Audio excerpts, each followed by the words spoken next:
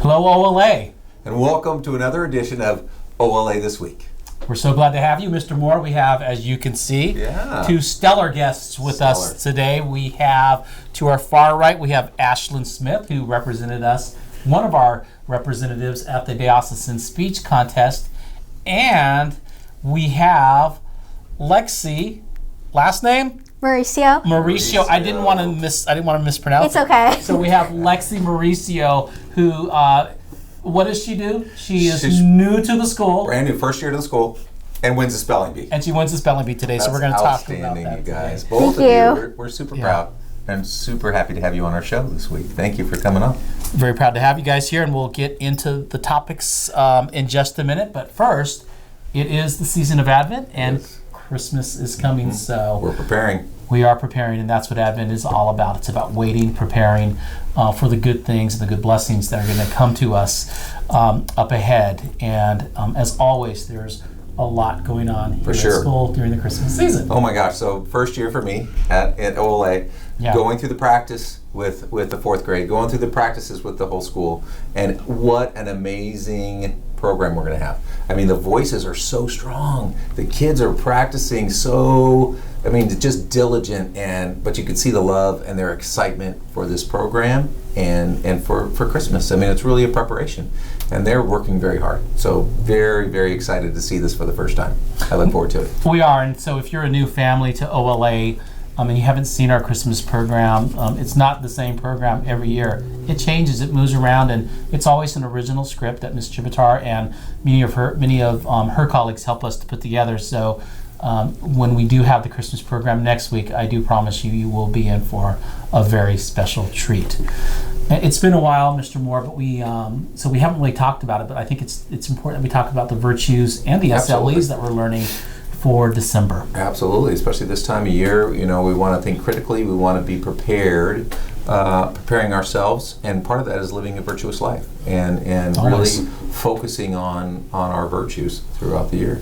Yeah, since we've adopted the Virtue Program across the diocese, we've seen such a big difference about the way that kids, think about and reflect on their lives. It really has made a difference in how they're approaching things. The virtue that we celebrate in December is a mouthful. It's magnanimity. How do you say that, girls? Magnanimity. Very good, magnanimity. So, right now we're under the virtues of fortitude, courage, and so magnanimity falls under that virtue of courage because it means to seek confidence to do great things in God, literally having a larger soul. And there are times when, doing things for God does take courage. Absolutely.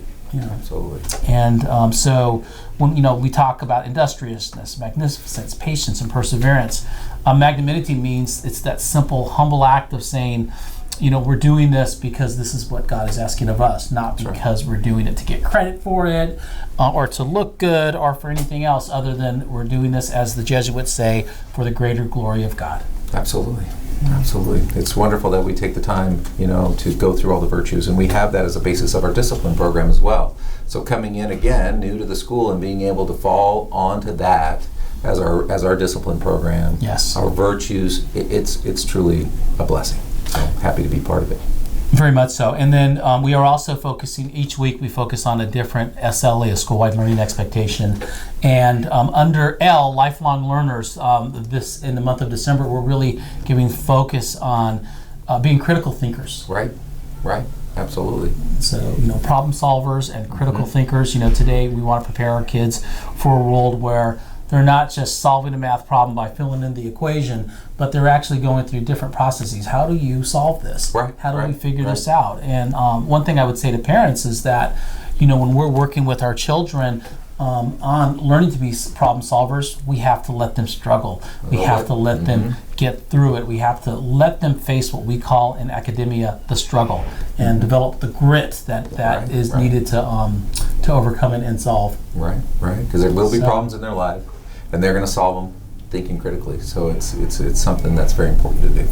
I was watching just really quickly. I was watching a math lesson the other day, and the teacher was asking the students to solve math problems in pairs. And what was really interesting was it was a real-world math problem, and it was complicated.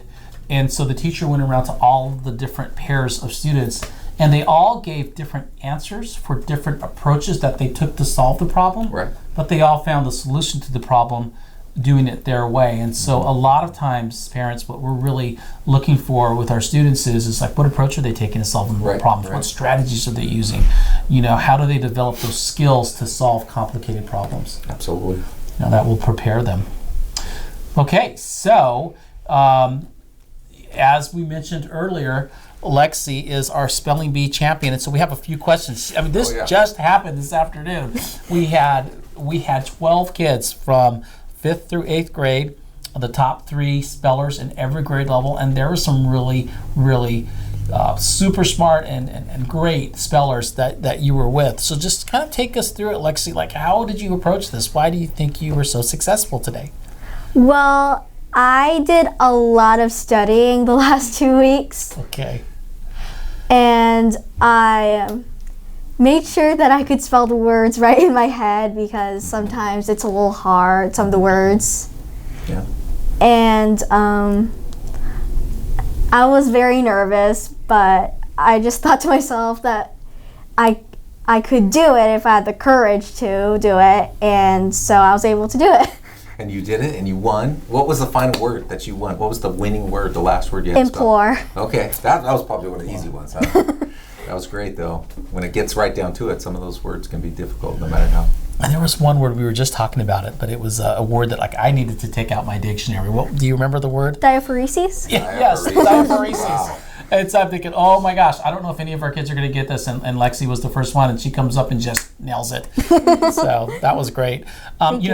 And you know what? I have to say that for all 12 kids, they all came up there, and it takes a lot of guts to come up there.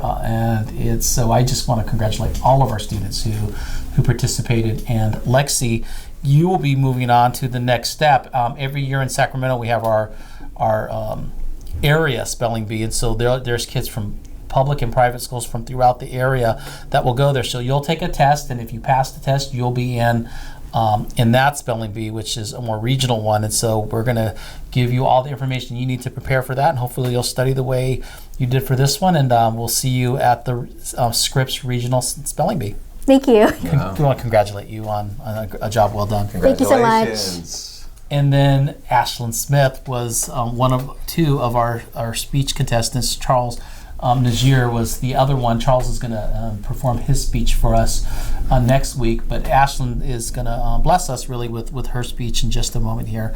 Ashlyn, just tell us a little bit about your speech. What inspired you to write it? You did such a good job with it.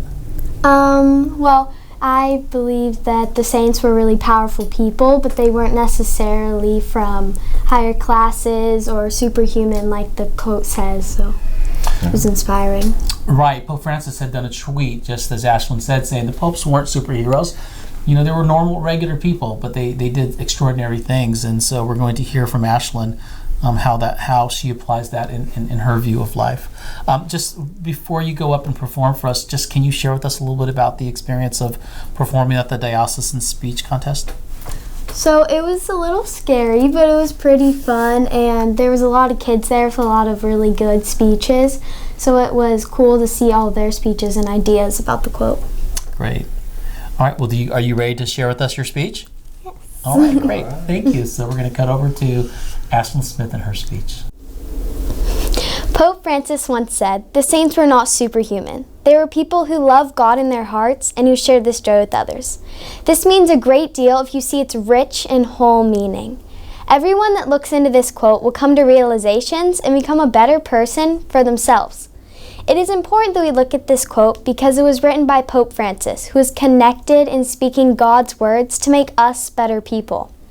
The saints were just ordinary people who recognized faults in our world and decided they wanted to make a change. They didn't necessarily come from wealth where they could easily fix issues. They came from poor families and wanted to help their communities around them. The saints made their own decisions to better the world. The saints recognized that a lot of suffering people are also good people that don't deserve to suffer.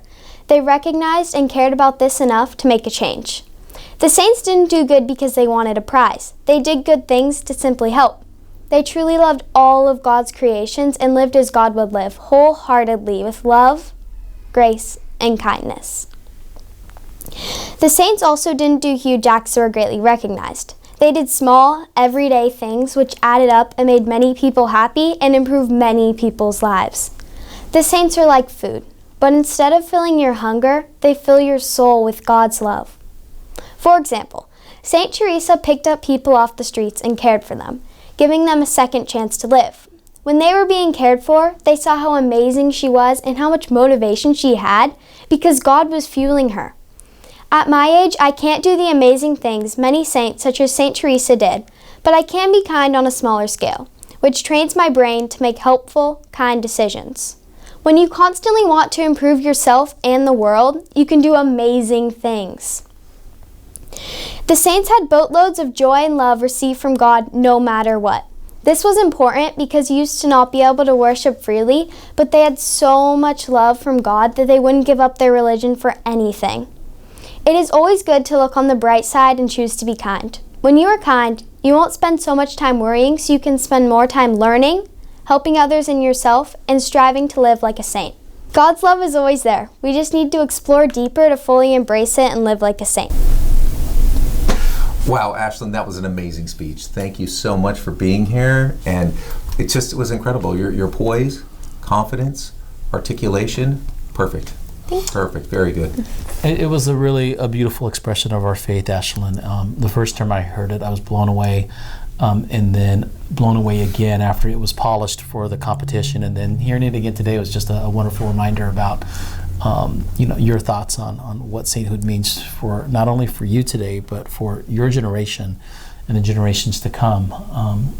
I just want to say, if you're like Mr. Moore and me, you were inspired by Ashlyn's words. And as Ashlyn said so well to start the program this morning, the other students also had beautiful expressions. And so when you go to that contest, it's such an inspiring place to be because you hear the future so hopeful and so optimistic and so faith-filled. So, and we're so proud of you, Ashlyn, for being a part of that. Thank you again.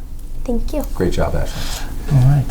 All right. Well, we have more good news, and we're moving forward with our project for our new beautiful parish hall and gym, school gym. We are going to begin a progress towards breaking ground and prepping for this structure to be raised from the ground. So in that process, next week, after the Christmas program, our AP Thomas contractors and their engineers and all their subcontractors will be beginning to work, which means the fence is going to be being pushed out into our parking lot, into the Cottage Way parking lot. So that will be somewhat of a burden. But I do believe it's going to be worth it. This is going to be an amazing, amazing building and asset to our school. So as that fence is pushed out, we are going to lose parking. So when we come back from our Christmas holidays, our Christmas break, to not have the Cottage Way lot. So that will definitely pose some burden. But we have a plan. Of course, we have a plan. Somewhat of a military plan, not really, but we have a plan to ease some of the burden on our parents, and that is we're going to extend how we approach parking with pickup and drop off from our Walnut Avenue. So as people come in, they're going to circle all the way back into the back parking lot, into the back playground area to drop off your students in front of what is now our extension building. So the students will be dropped off there. There'll be a perimeter. There's going to be cones set up so the children will be very safe. But that'll be a long drive in and then back out, which should help us not cause congestion on Walnut Avenue. But at the same time, allow for all of our students to be dropped off in the morning there. Our preschool students will still park and walk. And our kindergarten school children will be able to park and also get picked up, because at the pickup they get out 10 minutes early. So they will be, again, the parents will be able to stop, park, walk up, and escort their kindergartners to the cars as well. Everyone else, 1st through 8th, all the way back into the back parking lot, circle around, drop off, or pick up. So it is going to be different, but I really believe it'll work. So we need full cooperation by everyone in the school so that we can get this building constructed. And this is a big change, but we just want our families to know that as different as it is for what we're used to at OLA, where we're blessed with 2 parking lots that really do relieve a lot of the pressure that you have at most schools. We no longer have that relief for the next year and a half or so while the new parish hall, school gym, and preschool is being built. We are going to have to go all the way and loop all the way through the back playground of our school. But what we want you to know is that's really very similar to what a lot of our other Catholic schools do. So it's a method that really works. We know it will, but it's also going to be something that we all have to get used to. And Mr. Moore and I have talked to the faculty and staff, and it's all hands on deck when we get back that first week. So everybody's going to know what to do. It will be as organized as it possibly can be. We just, once again, like we did at the beginning of the school year, we are asking you to use your last spelling word. We're imploring you to have patience with us when we get back. And Mr. Moore and I will definitely have more communications with much more detail about what that's going to look like. We'll have visuals for Maps, arrows, it'll all be sent out. The whole enchilada. We'll get that all out to you. And as Mr. Moore did say, I know a lot of families go to Christmas Mass here, and a lot of families that we don't always see are going to be here. So that parking lot in the cottage, AP Thomas is working with us really closely. So when it comes time for our Christmas Masses, that lot will still be open. There may be some fencing going up, and there may be pieces of it that aren't available, but for the most part, that lot will be available for us to park on for Christmas Mass. But after that, it's going to start going away, so that by the time school starts, it's all going to be about the Walnut parking lot. And as Mr. Moore said, not to repeat everything he said, but it really is important that if you don't have a kindergarten student and if you don't have a preschool student, you've got to go through the long loop. You cannot park out in front. We have to reserve those spots for preschool and kindergarten. And that could change too. We're just going to see how it goes the first day, but we'll have a firm plan and all the information you need. Please be flexible. Please be patient with each other. Be patient with us. Yeah. It will all work out. All right. Well, and we definitely want to thank, once again, Ashlyn and Lexi for being on our show today, adding a little class to the proceedings here. Absolutely. Thank you. And we want to thank our intrepid producer, Mrs. Blanchfield, for always leading us through the program. Please like us, share us, and follow us on all our social medias. All right. Mr. Love. Mr. Moore. Remember, love more than you think you can. God bless.